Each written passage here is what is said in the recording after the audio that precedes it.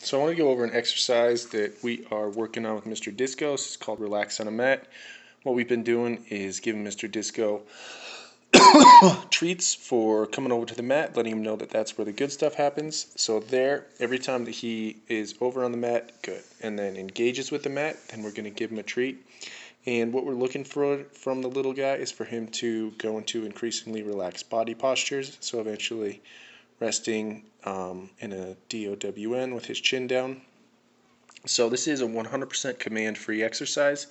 The only thing that we will ever say is our pup's name. So right now he's off the mat. I think I'll give him just a moment here so we can say his name. Disco.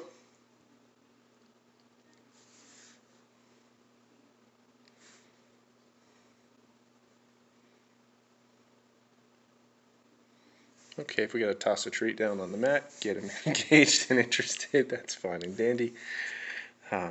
Luring him over for the time being, that's fine. There we go. Now he's sniffing down towards the mat, letting him know that's what we're looking for. So this exercise here will create emotional intelligence with Mr. Disco. So when a pup is in a really relaxed body posture, it's sending a signal to their brain, good job bud, that everything is a-okay and that they can relax. And so it turns into a desensitization and counter conditioning tool. So when they're in a relaxed state, you can introduce anything. Let's say bicycles are scary for them, or skateboards, or kids, or anything that might scare your kids. So initially we started using this for aggressive dogs and then fearful dogs, and then started to realize that every pup has this tool in their toolbox is really beneficial for them and allows them to relax themselves and calm themselves down and have emotional regulation.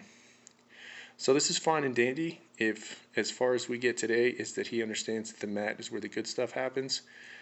Then that's all well and good.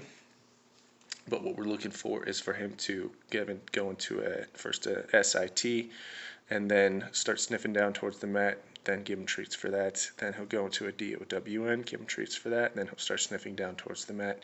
He gets treats for that. Disco! And then eventually we want his little chin to be resting on the mat, and that is the final step. So anyway, we will just take him where we're at. So good job.